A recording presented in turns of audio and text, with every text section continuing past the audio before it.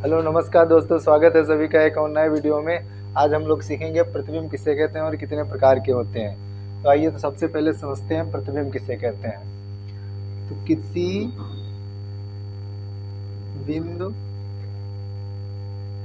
वस्तु से चलने वाली प्रकाश किरणें परावर्तन या अपवर्तन के पश्चात किसी बिंदु पर वास्तव में मिलती हैं या मिलती हुई प्रतीत होती हैं, तो वह बिंदु प्रथम बिंदु का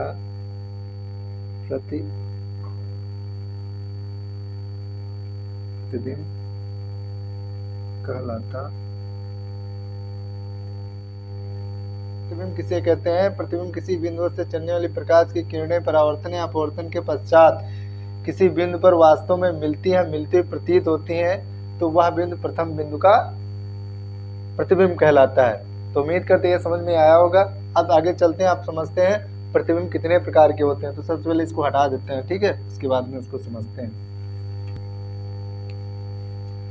तो प्रतिबिंब बच्चों दो प्रकार के होते हैं। नंबर एक वास्तविक प्रतिबिंब,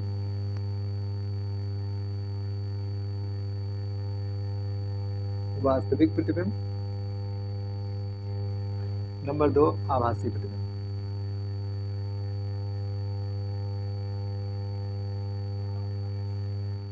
तो देखो इसमें क्या होता है, इसमें किरणें वास्तव में मिलती हैं। परावर्तन या किसी बिंदु से चलने वाली प्रकाश की किरणें परावर्तन या अपवर्तन के पश्चात किसी बिंदु पर वास्तव में मिलती हैं, वह बिंदु प्रथम बिंदु का वास्तविक प्रतिबिंब कहलाता है। इसमें क्या है, आभासी प्रतिबिंब किसी बिंदु से चलने वाली प्रकाश की किरणें परावर्तन या अपवर्तन के पश्चात किसी बिंदु पर वास्तव में ना मिलकर के आभास होता है, मतलब वास्तव में ना मिलकर के मिलती हुई प्रतीत होती हैं, तो वह बिंदु प्रथम बिंदु का आभासी प्रतिबिंब कहलाता है। इसकी खासियत क्या होती है, देखो वास्तविक प्रतिबिंब जो होते हैं उनको पर्दे पर लिया जा सकता है।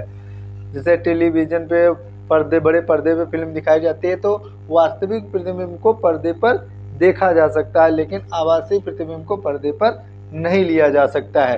तो आइए अब किरण आरेख के द्वारा समझते हैं। तो हमने ये अवतल दर्पण ले लिया, अवतल दर्पण के माध्यम से समझेंगे। फोकस, केंद्र, ध्रुव। तो देखिए मान लो हमने कोई वस्तु ली, ये वक्रता केंद्र पर रखी है, ठीक है। तो यहाँ किसी भी प्रतिबिंब को किरण आरेख बनाने के लिए दो किरणें लेना होता है। तो किरण आरेख बनाने के क्या नियम होते हैं, कैसे किरण आरेख बनाया जाता है, वो आगे हम पढ़ेंगे, ठीक है। तो अभी उदाहरण ऐसे समझते हैं। तो किसी जब प्रतिबिंब किरण आरेख बनाते हैं तो मुख्य अक्ष के समांतर किरण होती है, तो वह परावर्तन के बाद में फोकस से होकर वापस जाती है। परावर्तन की पदार्थ कहाँ से होकर जाती है? फोकस से। अब देखो दूसरी किरण लेंगे हम, फोकस से आती हुई डालेंगे दर्पण पे। तो यदि कोई किरण फोकस से होकर आती है तो परावर्तन के पश्चात वह मुख्य अक्ष के समांतर हो जाती है, ये समांतर हो गई। तो ये किरण आरेख बना, ठीक है, ए बी और ये ए डैश बी डैश। तो देखा बच्चों, ये है वास्तविक प्रतिबिंब, वस्तु के बराबर ये वास्तविक प्रतिबिंब है। देखो ए बी का प्रतिबिंब यहाँ ए डैश बी डैश बना, तो यहाँ पर किरणें देखो वास्तव में मिल रही, आभास नहीं हो रहा, यहाँ पर वास्तव में मिल रही। अब इसको समझते हैं किरण आरेख के द्वारा आभासी प्रतिबिंब को। तो इसमें भी हमने अवतल दर्पण ले लिया, तो ये P हो गया, ये हमने ले लिया फोकस, और ये वक्रता केंद्र, और इधर फोकस F1 F2 और यहाँ पर वक्रता केंद्र। अब देखिए हमने वस्तु ले लिया फोकस और ध्रुव के बीच में, ठीक। तो एक किरण लेंगे हम मुख्य अक्ष के मतलब वक्रता केंद्र से होते हुए। तो वैसे नियम क्या होता है, परावर्तन के पश्चात जो वक्रता केंद्र से किरण आती है वो परावर्तन के पास उसी मार्ग पे वापस लौट के जाती है, ठीक है। दूसरी किरण लेंगे हम फोकस से होकर के जाती है, जो फोकस से होकर किरण आती है वो किसके मुख्य अक्ष के समांतर हो जाती है। तो ये किरण इधर जाकर के इधर समांतर हो रही, तो यहाँ मिल तो रही नहीं, तो क्या करते हैं इसको हम आगे बढ़ाएंगे, देखेंगे कहाँ पे मिलेंगी। तो यहाँ पर मिली, तो A B A dash B dash. तो देखा यहाँ पर देखो किरणें वास्तव में नहीं मिल रही हैं लेकिन मिलती हुई प्रतीत हो रही, और इस प्रतिबिंब को पर्दे पे नहीं लिया जा सकता। तो उम्मीद करते हैं बच्चों सबकी समझ में आया होगा प्रतिबिंब किसे कहते हैं और वास्तविक प्रतिबिंब किसे कहते हैं और आभासी प्रतिबिंब किसे कहते हैं। तो वीडियो पसंद आया तो शेयर कीजिए अपने दोस्तों को। मिलते हैं नेक्स्ट वीडियो में।